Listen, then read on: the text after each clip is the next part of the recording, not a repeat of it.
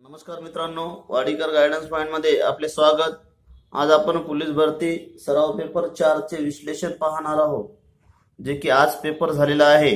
आणि आजच्या या पेपर मध्ये नेमके प्रश्नाचे उत्तर कसे आली याचे विश्लेषण बघणार आहोत। आणि मित्रांनो, या पेपरचे एकूण 4 भाग करण्यात आले आहे। भाग पहिल्यामध्ये आपण सामान्य ज्ञान आणि चालू घडामोडी या विषयी माहिती बघणार आहोत। त्यानंतर भाग 2 जो आहे तो भाषा विषयक भाग असणार आहे। भाग 3 हे गणित विषयक आणि भाग 4 यामध्ये बुद्धिमत्ता हा घटक असणार आहे। मित्रांनो, चारही घटक या पेपरचे अनुषंगाने जे 100 प्रश्न आहे त्याचे 25-25 प्रश्नात आपण डिवायडेशन केलेले आहे। मित्रांनो, हा व्हिडिओ तुम्ही पूर्णतः पहा। मित्रांनो, चारही व्हिडिओ तुम्ही पूर्ण पहा, म्हणजेच तुमच्या जे अभ्यासाचं स्वरूप आहे ते लक्षात येईल। आणि दुसरी गोष्ट, नेमके प्रश्नाची उत्तर कशी आली याचं सुद्धा तुम्हाला सविस्तर माहिती कळेल। तर चला तर मित्रांनो, आपण पोलीस भरती सराव पेपर 4 चा भाग 1 याविषयी चर्चा करूया। पहिला प्रश्न होता मित्रांनो, राष्ट्रीय जल प्राणी कोणता? पर्याय बघूया।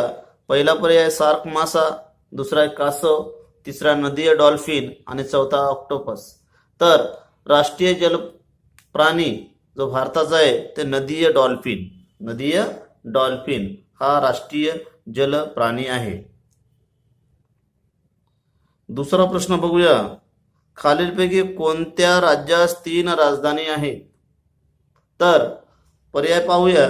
पहिला पर्याय आहे तेलंगणा, दुसरा आहे आंध्र प्रदेश, तिसरा आहे उत्तराखंड आणि चौथा आहे हिमाचल प्रदेश। तर आंध्र प्रदेश या राज्यास एकूण 3 राजधान्या आहेत। तर हे लक्षात असू द्या, आंध्र प्रदेश राज्यास किती राजधान्या आहेत? तर 3। पहिली आहे अमरावती, दुसरी आहे विशाखापट्टणम आणि तिसरी आहे कुर्नूल। आता जी विशाखापट्टणम जी आहे ती आहे तुमची कार्यकारी राजधानी, ही आहे कार्यकारी राजधानी। अमरावती जी आहे प्रशासकीय राजधानी आणि कुर्नूल जी आहे ती न्यायिक राजधानी आहे।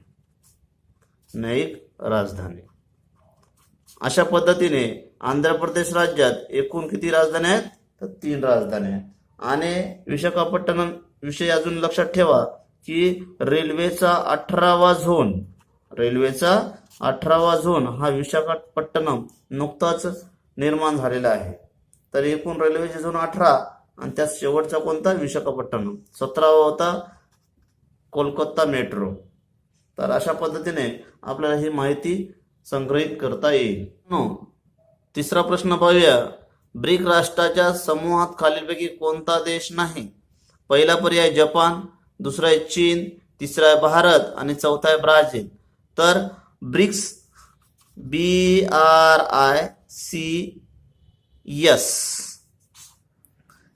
ब्रिक्स या बी for Brazil, R for Russia, I for India, C for China आणि एस फॉर साऊथ आफ्रिका। लक्षात असू द्या की बी for Brazil, R for Russia, I for India, C for China आणि एस फॉर साऊथ आफ्रिका। तर अशा पद्धतीने ब्रिक्सचा या BRICS चा लॉंग फॉर्म होतो ब्राझील, रशिया, इंडिया, चायना आणि साऊथ आफ्रिका। हे विकसनशील राष्ट्राचा एक समूह आहे, ब्रिक्स। म्हणजे इथे ब्रिक्स राष्ट्राच्या समूहात कोणता देश नाही? तर जपान हा देश नाही। ब्रिक्स राष्ट्राच्या समूहात नाही। चौथा प्रश्न पहा मित्रांनो, 33व्या ऑलिम्पिक स्पर्धा 2024 मध्ये कुठे होणार आहे?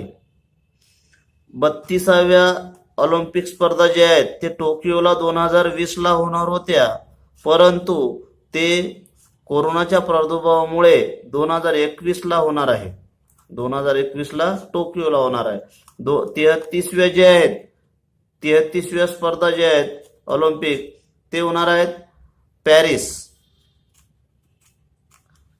आणि 34व्या जे होणार आहेत 2028ला ते लॉस एंजेलिसला होणार आहे. लॉस एंजेलिस पहा, 2020च्या टोकियोला होणार होत्या ते 2021ला होणार आहे. 2024च्या जे स्पर्धा आहेत ते पॅरिसला होणार आहे 33व्या, आणि 2028च्या 34व्या स्पर्धा ज्या आहेत ते लॉस एंजेलिसला होणार आहे. म्हणजे 33व्या ऑलिम्पिक स्पर्धा 2024ला कुठे होणार आहे. 5वा प्रश्न बघूया मित्रांनो. लोकसभेमध्ये अनुसूचित जाती आणि अनुसूचित जमातीसाठी किती राखीव मतदारसंघ आहेत. तर लोकसभेमध्ये अनुसूचित जाती आणि अनुसूचित जमातीचे मतदारसंघ जे आहेत ते अनुसूचित जातीसाठी 84 आणि अनुसूचित जमातीसाठी 47, म्हणजेच पर्याय क्रमांक 2 येईल. महाराष्ट्रात एकूण लोकसभेचे मतदारसंघ किती आहेत 48. त्यामध्ये 5 अनुसूचित जातीसाठी राखीव मतदारसंघ आणि 4 अनुसूचित जमातीसाठी आहे.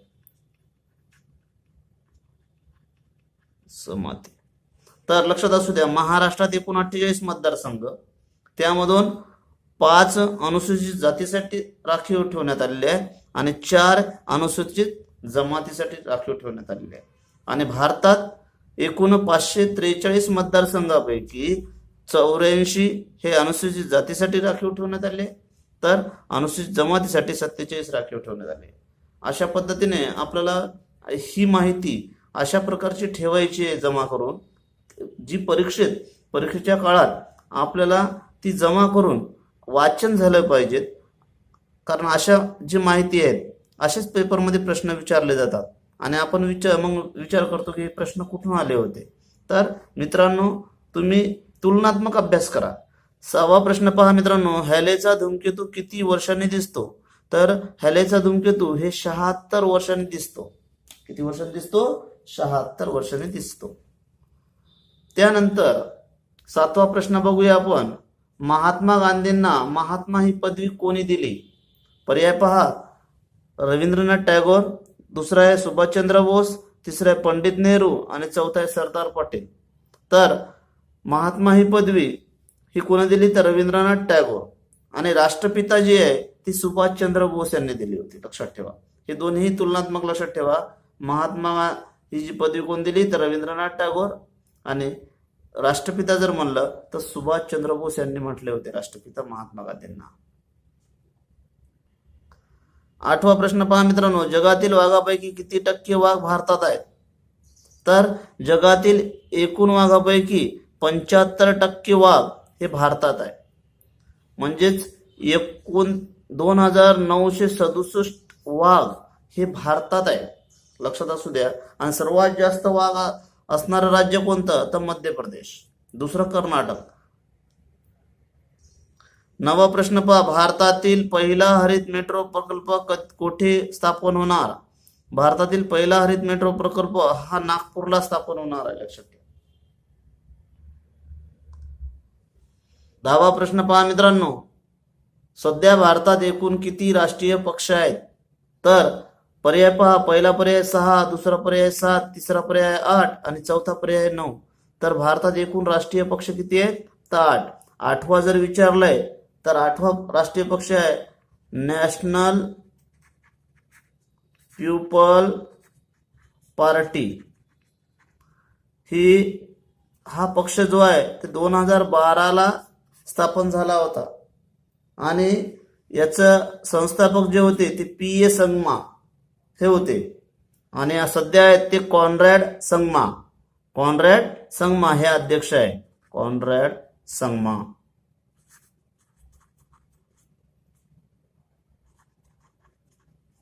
लक्षात असू द्या की 8वा राष्ट्रीय पक्ष कोण तर नॅशनल पीपल पार्टी, जे की 2012ला स्थापन झाला होता आणि त्याचे सध्याचे अध्यक्ष कॉन्रॅड संगमा आणि संस्थापक अध्यक्ष जे होते ते PS संगमा होते. राष्ट्रीय चिन्ह आहे, जे चिन्ह आहे ते पुस्तक आहे. लक्षात असू द्या, नॅशनल पीपल पार्टी हा देशातील 8वा राष्ट्रीय पक्ष आहे आणि त्याचे चिन्ह कोणते आहे तर पुस्तक आहे. पहा मित्रांनो, माहुली इथे कृष्णा व या नदीचा संगम होतो.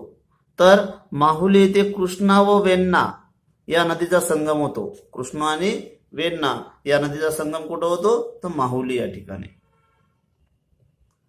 12वा प्रश्न बघूया मित्रांनो. कोल्हापूरवरून रत्नागिरीला जाताना कोणता घाट लागतो? पहा पर्याय पहा. आंबा घाट, दुसरा आहे वरंधा घाट, तिसरा आहे कुंभार्ली घाट आणि चौथा आहे चंदनपुरी घाट. तर मित्रांनो, चंदनपुरी घाट हा पुणे नाशिक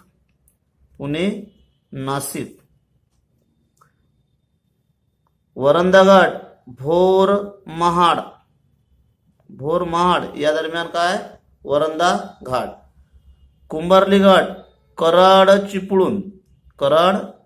चिपळूण या दरम्यान जे घाट आहे त्याला काय म्हणतात कुंभार्ली घाट. आणि आंबा घाट हे कोल्हापूर रत्नागिरी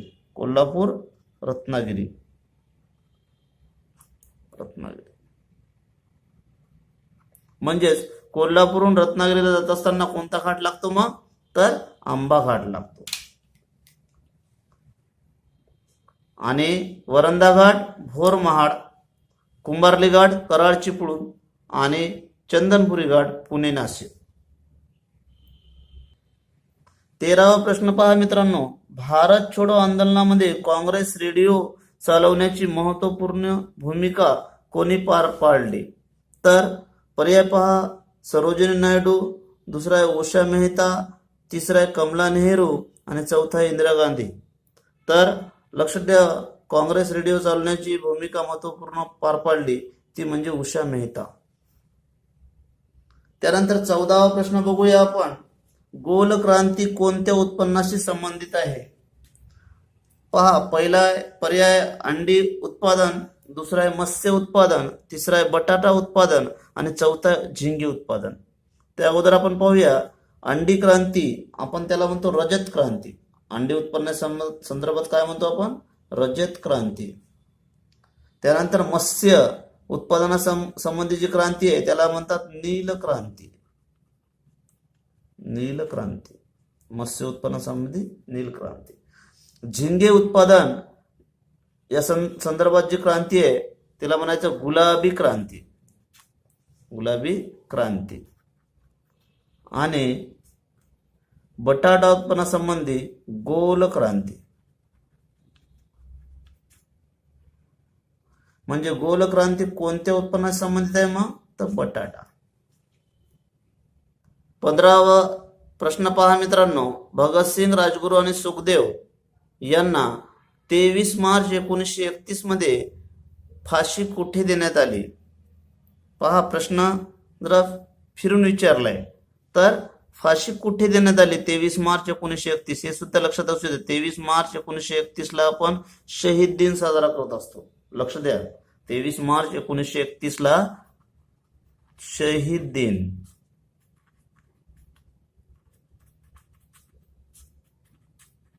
आणि 30 जानेवारीला आपण हुतात्मा दिन साजरा करतो. हे दोन डिफरन्स लक्षात असू द्या मित्रांनो. 23 मार्चला आपण कोणता दिवस साजरा करतो तर शहीद दिन आणि 30 जानेवारीला हुतात्मा दिन. यामध्ये गफलत करू नका. तर भगतसिंग, राजगुरू, सुखदेव यांना 23 मार्च 1931 मध्ये कुठे फाशी देण्यात आली? पर्याय पहा. पहिला 1 नंबर लाहोर, दुसरा अमृतसर, तिसरा रावळपिंडी आणि चौथा आहे कराची. तर यांना भगतसिंग, राजगुरू आणि सुखदेव यांना लाहोरच्या तुरुंगात फाशी देण्यात आली होती 23 मार्च 1931 ला. 16वा प्रश्न पहा मित्रांनो. भारतातून जाणारे कर्कवृत्त किती राज्यातून जाते? पर्याय पहा. पहिला 6, दुसरा आहे 7, तिसरा आहे 8 आणि चौथा आहे 9. तर भारताच्या एकूण 8 राज्यातून कर्कवृत्त जाते. पहिला राज्य आहे गुजरात, दुसरा राजस्थान, तिसरा आहे मध्य, नंतर छत्तीसगड नंतर आहे चौथं, पाचवं झारखंड,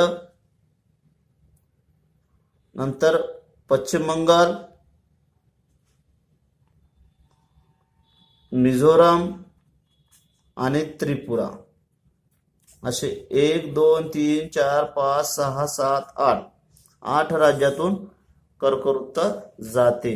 लक्षात असू द्या, गुजरातमध्ये 36 जारी, बंग, मिझो, त्रिपुरारी. गुजरात, राजस्थान, मध्य प्रदेश, छत्तीसगड, झारखंड, पश्चिम बंगाल, मिझोराम, त्रिपुरा अशा 8 राज्यातून कर्कवृत्त भारतातून जाते. 17वा प्रश्न पहा मित्रांनो, भारतातील पहिले महिला मुख्यमंत्री कोणत्या राज्याची होती? पहिला पर्याय उत्तर प्रदेश, दुसरा आहे बिहार, तिसरा आहे ओरिसा आणि चौथा आहे गुजरात. तर भारतातील पहिले मुख्यमंत्री ही उत्तर प्रदेश राज्याची होती आणि नाव होतं सुचिता कृपलानी. तर पहिली महिला मुख्यमंत्री कोणत्या राज्याची होती? उत्तर प्रदेश. त्यानंतर 18वा प्रश्न पहा, महाराष्ट्राच्या विधान परिषदेची सदस्य संख्या किती? पर्याय पहा, पहिला 48, दुसरा आहे 36, तिसरा आहे 78 आणि चौथा आहे 19. तर लक्षात असू द्या, 48 जी आहे ती लोकसभेची जागा आहेत महाराष्ट्रातल्या. 19 जे सांगितलेले आहे ते राज्यसभेच्या जागा आहेत महाराष्ट्रातल्या आणि 78 जे आहे ते विधान परिषदच्या जागा आहे. कशा जागा आहे? महाराष्ट्रातील विधान परिषदची सदस्य संख्या किती आहे? तर 78. 19वा प्रश्न पहा, हा पंचायत समितीच्या प्रशासनाचा प्रमुख असतो. पर्याय पहा, पहिला विस्तार अधिकारी, दुसरा आहे मुख्य अधिकारी, तिसरा आहे गट विकास अधिकारी आणि चौथा मुख्य कार्यकारी अधिकारी. तर पंचायत समितीच्या प्रशासनाचा प्रमुख असतो गट विकास अधिकारी. आपण बीडीओ सुद्धा म्हणतो, ब्लॉक डेव्हलपमेंट ऑफिसर.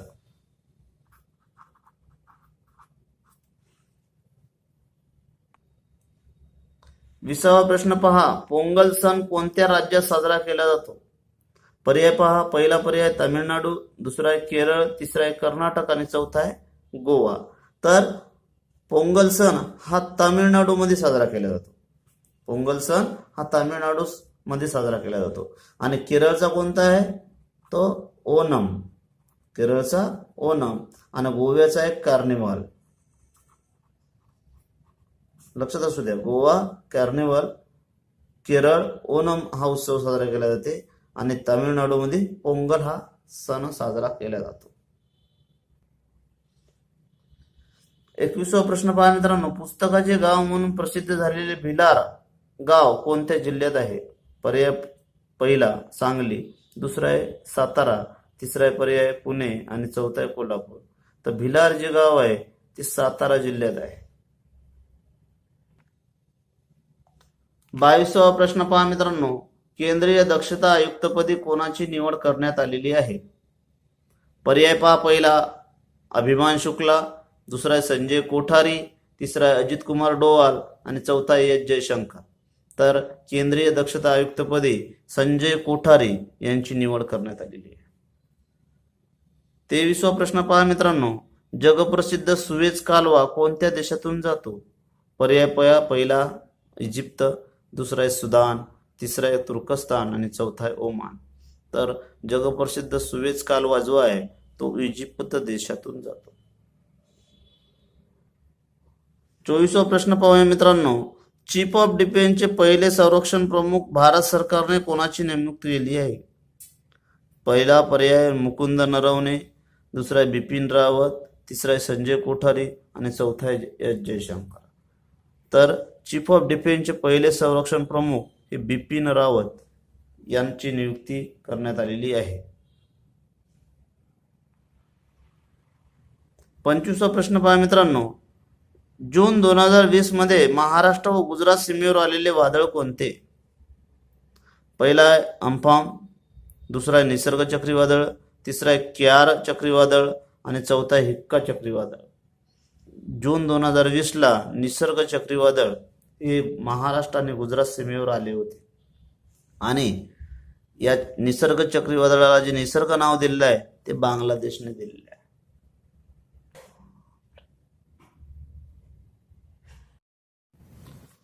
26वा प्रश्न पहा मित्रांनो, राफेल विमान जे फ्रान्सकडून भारताने घेतले ते कोणत्या कंपनीने बनवले आहे? तर पर्याय पहा, पहिला दसाल्ट एव्हिएशन, दुसरा आहे बोईंग एक्स, तिसरा आहे स्पेस एक्स आणि चौथा आहे एअर एक्स. तर राफेल विमान जे आहे ते फ्रान्सकडून आपण 36 विमानं घेणार आहोत. त्यापैकी 5 विमाने भारतात दाखल झालेली आहे आणि ही कंपनी जी बनवणारी कंपनी आहे राफेल विमान, दसाल्ट एव्हिएशन नावाची कंपनी हे राफेल विमान बनवते.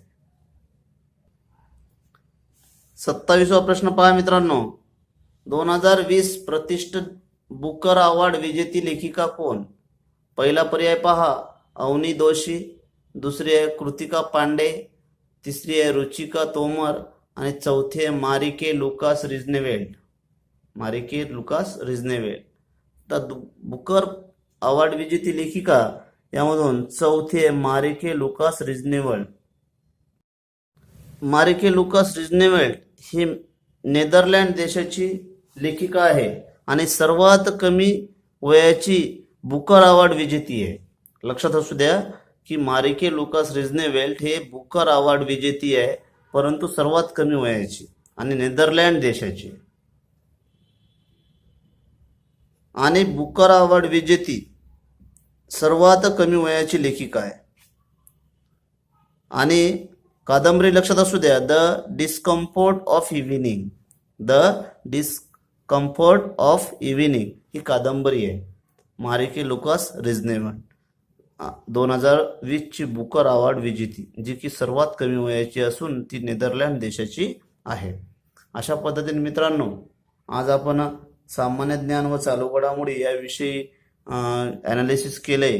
मित्रांनो या व्हिडिओमध्ये पेपर घेणं हाही उद्देश आहे आणि सर्वात महत्त्वाचं पेपरचं ॲनालिसिस, नेमकं भारतातून कर्कवृत्त किती राज्यातून जाते हे महत्त्वाचं नाही, तर कोणकोणती राज्य आहेत हेही घटक महत्त्वाचा आहे. आणि तुम्हाला पर्याय शॉर्टिंग करता आली पाहिजे. त्याने आपण आज सामान्य ज्ञान आणि चालू घडामोडी या विषयी इथे चर्चा केली. त्या प्रत्येक प्रश्नाचं ॲनालिसिस करून सांगितलं, प्रत्येक ऑप्शनचं नेमकं आपण उत्तर कसं शोधायचं, त्यानंतर प्रत्येक ऑप्शनचा वेगवेगळ्या अँगलने विचार कसा करायचा. गोलक्रांती फक्त बटाटा उत्पादनाशी संबंधित आहे एवढं पाठ करून चालणार नाही, तर अंडी उत्पादनासाठी कोणती क्रांती, मत्स्य उत्पादनासाठी कोणती क्रांती, झिंगे उत्पादनासाठी कोणती क्रांती, अशा जे ऑप्शन आहे त्या ऑप्शनच्या प्रत्येक ऑप्शनचा आपल्याला ॲनालिसिस करता आलं पाहिजे मित्रांनो. म्हणजेच आपला जे पेपर आहे त्या परीक्षेच्या काळातला आपण त्या अँगलने विचार करूया की यामधल्या ऑप्शन शॉर्टिंग करता आली पाहिजे. अशा पद्धतीने मित्रांनो उद्याच्या व्हिडिओमध्ये आपण मराठी या भागासाठी व्हिडिओ बनवणार आहोत, ते सुद्धा आपण पाहावा. मित्रांनो हा व्हिडिओ निश्चित तुम्हाला आवडला असेल. आवडल्यास लाईक आणि शेअर करा आणि माझे चॅनल वाडीकर गायडन्स पॉईंटला सबस्क्राईब करा. धन्यवाद.